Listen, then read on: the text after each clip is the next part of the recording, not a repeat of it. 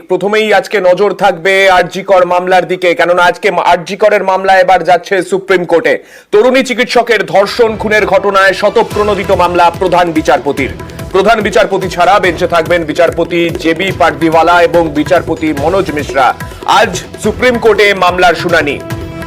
আমাদের সঙ্গে রয়েছেন আমাদের প্রতিনিধি মৈত্রেয়ী। মৈত্রেয়ীর কাছ থেকে একটু জানতে চাইবো, মৈত্রেয়ী, শতপ্রণোদিত মামলা সুপ্রিম কোর্টের কোন দিকে ইঙ্গিত, কি আজকে পর্যবেক্ষণ হতে পারে? কেননা এই গোটা ঘটনায় এইরকম ভাবে একেবারে দেশের সর্বোচ্চ আদালত শতপ্রণোদিত মামলা করলো, অনেকটা তাৎপর্যপূর্ণ। তো একেবারেই দেখো, গত কয়েকদিনের ঘটনা পরম্পরা, অর্থাৎ 9ই আগস্ট এই তরুণী চিকিৎসকের হত্যা, ধর্ষণ এবং খুনের ঘটনা, এবং তারপরে কলকাতা পুলিশের তদন্ত, এবং তারপর কলকাতা হাইকোর্টের নির্দেশে সিবিআই তদন্ত ইতিমধ্যে শুরু হয়েছে। কিন্তু তারপরেও যে ঘটনা চলছে সেই পরিস্থিতিতে দাঁড়িয়ে সুপ্রিম কোর্টের প্রধান বিচারপতির শতপ্রণোদিত মামলা, এটা কিন্তু যথেষ্টই তাৎপর্যপূর্ণ। ফলে চিকিৎসকদের বিভিন্ন যে সংগঠন, যারা দেশীয় যারা সংগঠন রয়েছে, যারা ন্যাশনাল সংগঠন রয়েছে, তারা একদিকে যখন তারা দেখছেন যে এই শতপ্রণোদিত মামলায় গোটা বিষয়টি নিয়ে দেখা হবে যে মামলা এবং তার পরবর্তী গতি প্রকৃতি, অর্থাৎ যেভাবে আন্দোলন চালিত হয়েছে এবং তার পরিপ্রেক্ষিতে কি কি পর্যায়ে উঠে এসছে সেগুলো যেমন আলোচিত হবে, তার সঙ্গে সঙ্গে কেন্দ্রীয় আইন নিয়েও কিন্তু একটা দিশা পাওয়ার আশা করছেন চিকিৎসকরা। একই সঙ্গে তোমাকে জানিয়ে রাখতে চাইবো, চিকিৎসকদের সংগঠন কোর্টার তরফ থেকে কিন্তু এই মামলার সঙ্গে যুক্ত করার কথা বলা হয়েছে আরজি করের জুনিয়র ডাক্তারদের, এবং যেখানে আন্দোলনকারীরা রয়েছে তাদেরকে সিআরপিএফ অর্থাৎ কেন্দ্রীয় নিরাপত্তা দেওয়ার জন্য দাবি করা হয়েছে, এবং যে ঘটনাস্থল অর্থাৎ যেখানে এই ঘটনাটি ঘটেছে সেই ঘটনাস্থলকেও প্রোটেক্ট করার দাবি জানানো হয়েছে, এবং সেটাও কিন্তু সুপ্রিম কোর্টে তারা মামলা দাখিল করেছেন। ফলে সব মিলিয়ে আজকে প্রধান বিচারপতির বেঞ্চ তারা এই আরজি করের ঘটনা এবং তার পরবর্তী ঘটনা পরম্পরা নিয়ে তাদের যে দৃষ্টিভঙ্গি এবং যে কেন্দ্রীয় আইন আনার জন্য গোটা দেশ জুড়ে চিকিৎসকেরা লড়াই করে যাচ্ছেন, এবং একাধিক পরিষেবা, আউটডোর পরিষেবা দিনের পর দিন ব্যাহত হচ্ছে, সাধারণ রোগীরা ভোগান্তির শিকার হচ্ছে। কেন্দ্রীয় সরকারের তরফ থেকে একাধিক আবেদন করার পরও চিকিৎসকেরা নিজেদের অবস্থান থেকে নড়েনি। ফলে সেই জায়গায় দাঁড়িয়েও সুপ্রিম কোর্টের প্রধান বিচারপতি তিনি কোনো দিক নির্দেশ দেন কিনা, সেটাই কিন্তু আজকের দেখার বিষয় হবে আমাদের। বেশ, ধন্যবাদ।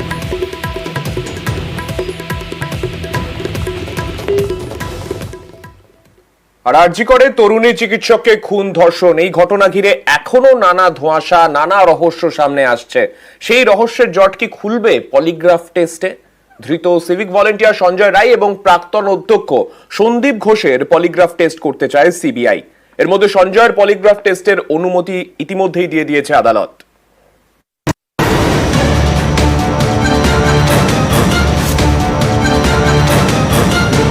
সিবিআই হেফাজতে ধৃত civic volunteer Sanjay Roy. CBI স্ক্যানারে আরজি করের প্রাক্তন অধ্যক্ষ সন্দীপ ঘোষ, এই দুজনেরই পলিগ্রাফ টেস্ট করতে চায় সিবিআই। এই টেস্ট করাতে আদালতের অনুমতি দরকার। সঞ্জয়ের জন্য সেই অনুমতি সিবিআই পেয়ে গিয়েছে। কেউ তদন্তে সহযোগিতা করছেন নাকি মিথ্যে বলছেন, এই বিষয়টি যাচাই করতেই পলিগ্রাফ টেস্ট করা হয়। কেউ মিথ্যা বললে সাধারণত তার হৃদস্পন্দন, রক্তচাপ, পালস রেটের পরিবর্তন হয় কমে যায় অথবা বেড়ে যায়। পলিগ্রাফ টেস্টে সবই ধরা পড়ে। The polygraphy test actually it is called a lie detector test বলা হয়, যে সত্যি বলছে না মিথ্যে বলছে দিয়ে অনেকটাই আন্দাজ করা যায়, এবং তদন্তের পক্ষে খুব হেল্পফুল জিনিস। অনেক তো সময় পেরিয়ে গেছে, যেহেতু যদি চিকিৎসকের কোনো হয় তাহলে সে সেটাকে আরো বেশি হজম করতে পারবে, কারণ সে কায়দা কানুনগুলো জানে। যদি অপরাধী বলে যে ধরা হয়েছে তার হয়, সে হয়তো অতটা জানে না বলে তার পক্ষে হজম করা একটু অসুবিধা, এই জিনিসটাকে বাইপাস করা। জানা গিয়েছে সন্দীপ ঘোষ ও সঞ্জয় রায়ের বয়ানে সন্তুষ্ট নন সিবিআই এর অফিসাররা। সন্দীপ নাকি প্রথমে সিবিআই কে সেমিনার হলের একাধিক দরজার কথা জানাননি। সিবিআই তদন্ত করে জানতে পেরেছে মৃতদেহ যে সেমিনার হল থেকে উদ্ধার হয় সেই হলের দুটি দরজা, একটি সামনে আরেকটি পিছনে। একটি সিঁড়ি দিয়ে উঠে পিছনের দরজার সামনে যাওয়া যায়। সিসি ক্যামেরায় নাকি দেখা গিয়েছে সামনের দরজা দিয়ে সেমিনার হলে ঢোকে সঞ্জয় রায়, কিন্তু পিছনের দরজা দিয়েও কি কেউ ঢুকেছিল? আরজি করের ঘটনার পিছনে কি তাহলে একাধিক অপরাধী? উত্তর পেতে 3D লেজার স্ক্যানার দিয়ে এদিন ফের আরজি করের সেমিনার হলের ডিজিটাল ম্যাপিং করে সিবিআই। সেমিনার হলের সামনের ঘরের দেওয়াল ভাঙা নিয়েও প্রাক্তন অধ্যক্ষ সন্দীপ ঘোষের জবাবে সন্তুষ্ট নন কেন্দ্রীয় গোয়েন্দারা। সন্দীপ নাকি এ প্রসঙ্গে এক এক সময় এক এক কথা বলেছেন, অনেক প্রশ্নের উত্তরও নাকি তিনি এড়িয়ে যাচ্ছেন। ধৃত সিভিক ভলান্টিয়ারও তদন্তে সহযোগিতা করছে না বলে দাবি সিবিআই এর। এই দুজনেরই এবার তাই তারা পলিগ্রাফ টেস্ট করতে চায়। আরজি করের প্রাক্তন অধ্যক্ষ যা যা বলেছেন তা কতটা ঠিক সেটা যাচাই করতে এদিন ফের নিহত চিকিৎসকের বাড়িতেও যান সিবিআই অফিসাররা, পরিবারের সদস্যদের বয়ান রেকর্ড করেন। নিউজ 18 বাংলা। তদন্তের মধ্যেই এখনো একাধিক বিষয় রয়ে গেছে ধোঁয়াশা। কার নির্দেশে আরজি করের দেওয়াল ভাঙা হচ্ছিল? সেমিনার হলের কাছে কবে থেকে সংস্কারের কাজ শুরু হয়? এ নিয়ে এখনো সেই ধোঁয়াশা কিন্তু রয়ে গেছে।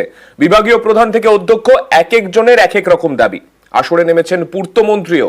তার দাবি অনেক আগে থেকেই আরজি করের ঘর সংস্কার শুরু করে পূর্ত দপ্তর, যা মানতে নারাজ আরজি করের আন্দোলনকারী ডাক্তাররা। মহিলা চিকিৎসককে খুন ধর্ষণ, আরজি করের ঘটনায় তোলপাড়। গত 9ই আগস্ট আরজি করের চেস্ট মেডিসিন বিভাগের সেমিনার হলে মহিলা চিকিৎসকের ক্ষতবিক্ষত দেহ উদ্ধার হয়। অভিযোগ 12ই আগস্ট সেই সেমিনার হলের সামনের ঘরের দেওয়ালই ভাঙা হয়।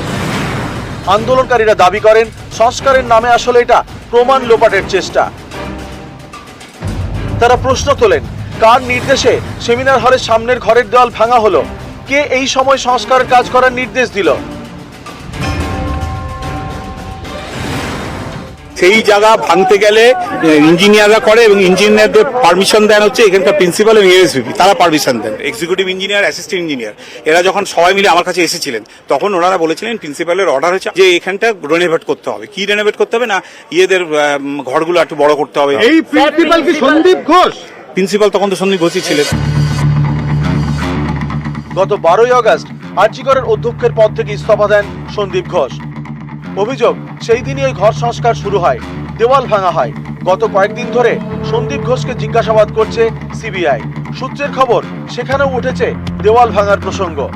তদন্তকারীরা আরজি করের প্রাক্তন অধ্যক্ষের কাছে জানতে চান সেমিনার হল সংলগ্ন অংশ কেন ভাঙা হলো। সন্দীপ ঘোষ বলেন, পড়ুয়া চিকিৎসকদের অনেক দিনের দাবি ছিল তাদের জন্য রেস্টরুম, ওয়াশরুম এবং নিরাপত্তার ব্যবস্থা করতে হবে। সেই মতোই সংস্কারের শুরু হয়। মাসখানেক আগে ওয়ার্ক অর্ডার এসেছিল। স্বাস্থ্য দপ্তরের আধিকারিকদের সঙ্গে কথা বলেই কাজ শুরু হয়েছিল। আরজি কর মেডিকেল কলেজের মেইনটেনেন্সের দায়িত্ব নেয় পূর্ত দপ্তর। আমি দায়িত্ব নিয়ে বলতে পারি, ঘটনা করছে ধর্ষণ যেই ঘরে হয়েছিল প্রমাণ লোপাটের জন্য সেই ঘরটা ভাঙা হচ্ছিল। যেটা সত্য সেই ঘর ভাঙা হচ্ছিল, সেটা অন্য একটি পরিত্যক্ত ঘর এবং ঘটনার অনেক আগে থেকেই সেই কাজ চলছিল। পুলিশের নির্দেশে সেই কাজও বন্ধ করে দেওয়া হয়েছে। পূর্তমন্ত্রীর দাবি মানতে নারাজ আরজি করের আন্দোলনকারী পড়ুয়ারা। আমরা দেখেছি যে যখন ওইখানে ঘটনাটা ঘটে তখন কিন্তু এরকম কোনো কাজ চালু ছিল না, এবং ঠিক তার দুদিন পরেই হঠাৎ করেই এই কনস্ট্রাকশনের কাজ শুরু হয়। এবং তাই আমাদের যেটা আমরা মনে হচ্ছে যে এই প্রমাণ লোপাটের জন্যই এই কনস্ট্রাকশন শুরু করা হয়। নিউজ 18 বাংলা। এরই মধ্যে আরো বিপাকে সন্দীপ ঘোষ। সন্দীপ ঘোষের বিরুদ্ধে এবার মামলা কলকাতা পুলিশের। নির্যাতিতার নাম প্রকাশ্যে আনায় মামলা পুলিশের। সোশ্যাল মিডিয়ায় বিতর্কিত পোস্টে 280 জনকে তলব, 30টি ভুয়ো প্রোফাইল চিহ্নিত কলকাতা পুলিশের। বাংলাদেশ পাকিস্তানেরও প্রোফাইল থেকে পোস্ট। ভিন রাজ্যের একাধিক প্রোফাইল চিহ্নিত পুলিশের। ভাঙচুরের ঘটনায় ইতিমধ্যে 60 জনকে জিজ্ঞাসাবাদ করা হয়েছে কলকাতা পুলিশের তরফে।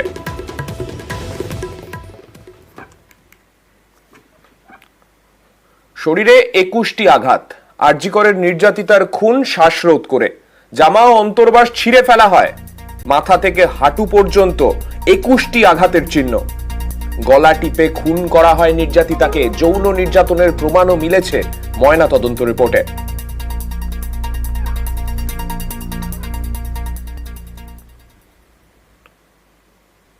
আর এরই মধ্যে আরজি করের আর্থিক দুর্নীতিতে সিট গঠন করলো রাজ্যের স্বরাষ্ট্র দপ্তর। সিটের নেতৃত্বে থাকছেন আইপিএস প্রণব কুমার। সিটে আরো 3 জন সিনিয়র আইপিএস থাকছেন। 2021 থেকে হওয়া দুর্নীতির তদন্ত করবে সিট। যে কোনো নথি দেখতে পারবেন তদন্তকারীরা। 1 মাসের মধ্যে প্রথম রিপোর্ট জমা দেবে এই সিট।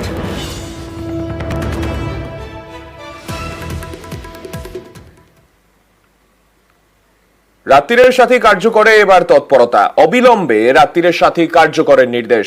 রাত্রিরের সাথী কার্যকরে কোনো রকম ঢিলেমি নয়, রাজ্যের সব মেডিকেল কলেজের অধ্যক্ষদের নির্দেশ স্বাস্থ্য দপ্তরের। হাসপাতালে জায়গা চিহ্নিত করে দ্রুত সিসি ক্যামেরাও বসাতে নির্দেশ। গাইডলাইন অনুযায়ী মহিলাদের নিরাপত্তায় দ্রুত পদক্ষেপ। রাত্রিরের সাথী নিয়ে গতকাল ভার্চুয়াল বৈঠক করেন স্বাস্থ্য সচিব।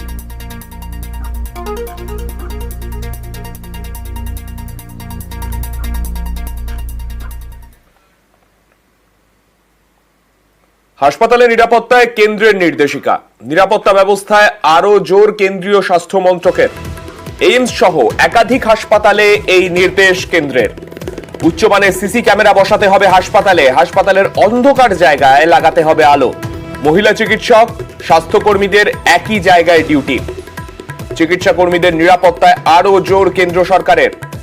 মহিলা নিরাপত্তা রক্ষীদেরও বন্দোবস্ত করতে হবে। মহিলা চিকিৎসক, স্বাস্থ্যকর্মীদের জন্য নির্দিষ্ট শৌচাগার করার নির্দেশ কেন্দ্রীয় স্বাস্থ্য মন্ত্রকের।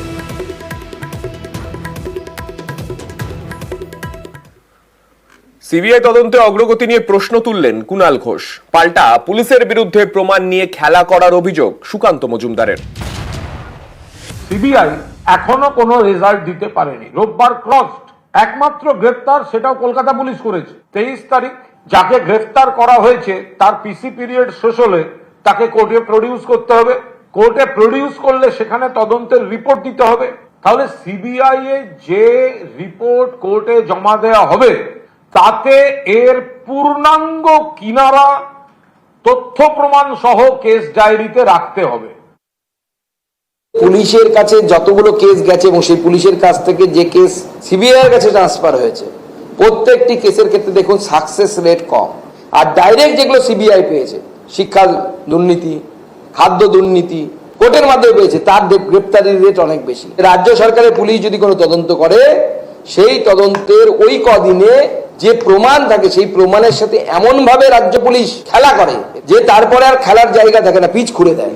সময়সীমা তো বাংলার জনগণ আপনাদেরকে বেঁধে দেবে। এরপরে সেই সময়সীমার বাইরে গেলে পরে তখন আপনাদেরকে সরকার ছেড়ে পালাতে হবে। বাংলার মানুষ সেই দিকে এগোচ্ছে।